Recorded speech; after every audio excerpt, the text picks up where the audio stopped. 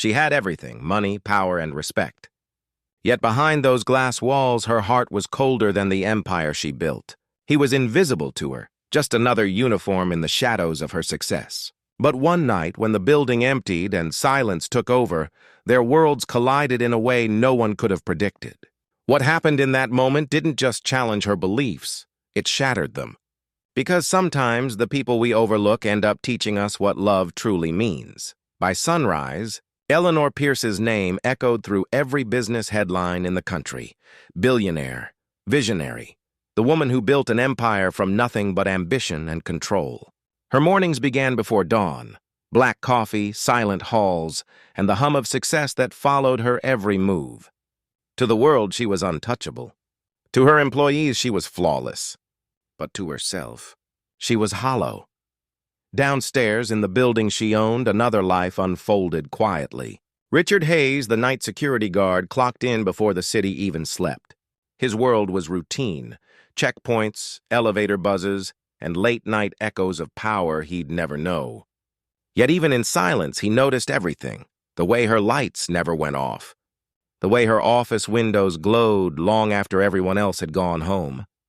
Their worlds existed just floors apart, yet miles away in class, color, and circumstance.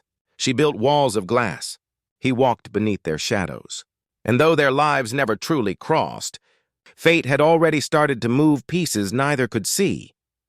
That night, as rain tapped against the marble lobby and the city blurred into lights, Eleanor stayed later than usual. Richard, on his rounds, caught a glimpse of her standing alone, powerful yet strangely distant, like someone guarding herself from more than just the world outside. He couldn't know it yet, but that brief glance would soon change both their lives forever. The rain that night didn't stop. It fell in endless sheets against the towering glass building, blurring the city lights into watercolor streaks. Inside, Eleanor worked alone, sleeves rolled, mind sharp, emotions locked away like classified files. But somewhere between her reports and the soft hum of the security monitors, she felt it, the quiet awareness that someone was nearby.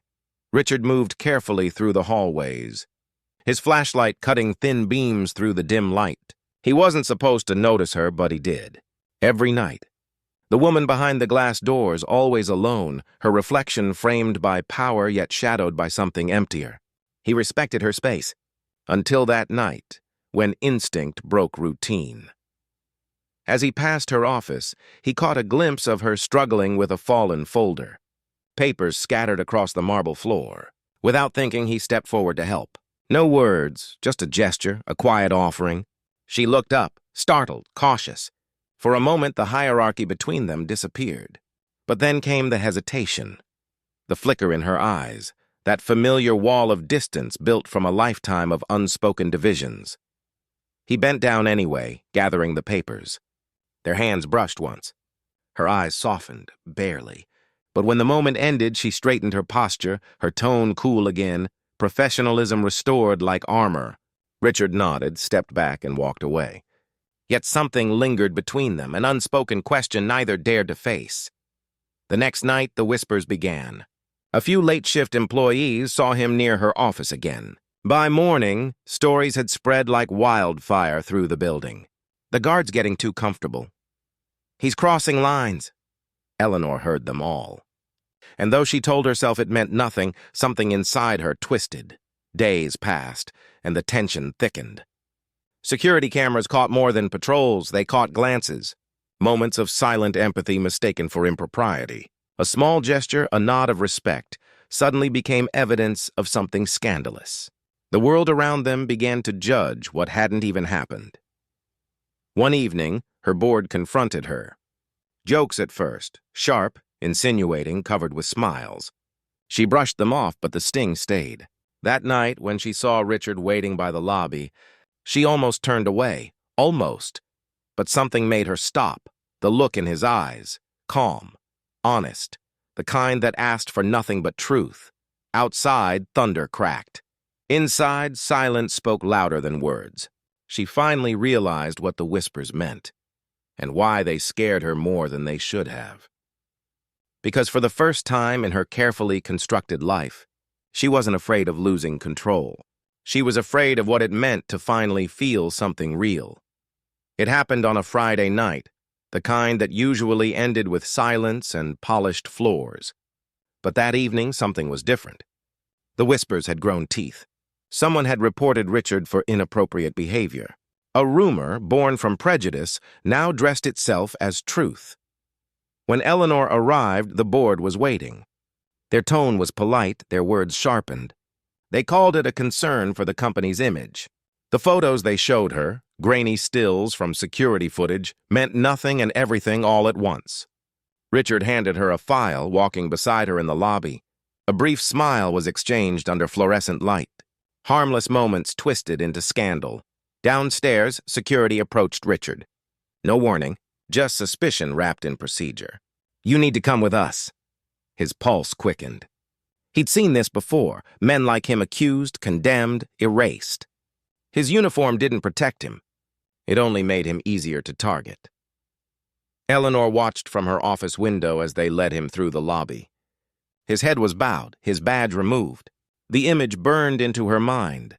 This man who'd shown her kindness when no one else dared, now reduced to a headline waiting to happen. For a moment she froze, paralyzed between power and conscience. Then something inside her broke. The silence that had built her empire now felt like guilt. She walked out of that glass fortress and into the lobby, her heels echoing like judgment itself. "Stop," she said, her voice steady but trembling underneath. The guards hesitated. All eyes turned toward her. She took a step forward, then another, until she stood between Richard and the men who held him. The air was electric, heavy with disbelief, and in that moment, for the first time in her life, Eleanor realized the cost of staying silent. Because sometimes the real injustice isn't in what people do to others, it's in what powerful people allow to happen right in front of them. The building was silent again, the kind of silence that follows after something sacred breaks. Richard stood near the exit, unsure whether to stay or walk away. The men who had escorted him looked confused now, waiting for orders that no longer made sense, and Eleanor, still standing there between him and the system that tried to swallow him, finally understood the cost of power without compassion. The next morning, the headlines were different. The same media that once worshipped her empire now whispered about her defiance, how she defended a man who didn't belong in her world. She didn't care. For the first time, she wasn't protecting her image. She was protecting her soul. Richard didn't get an apology from the company. They called it a misunderstanding, as they always do. But something had shifted, something deeper than policy or reputation. Eleanor personally reinstated him, not as a favor, but as acknowledgement. And though their paths would never merge romantically, their connection left a mark that neither could forget. She started noticing things she'd ignored for years, the subtle glances, the unspoken hierarchy that determined who got respect and who didn't. The problem wasn't just her boardroom, it was the mirror she'd been afraid to face. Richard returned to his rounds quietly, as he always did. But this time, when he passed her office, she smiled. Not out of pity or guilt, but gratitude. A silent thank you for showing her what it means to see someone beyond their uniform, their skin, or their title.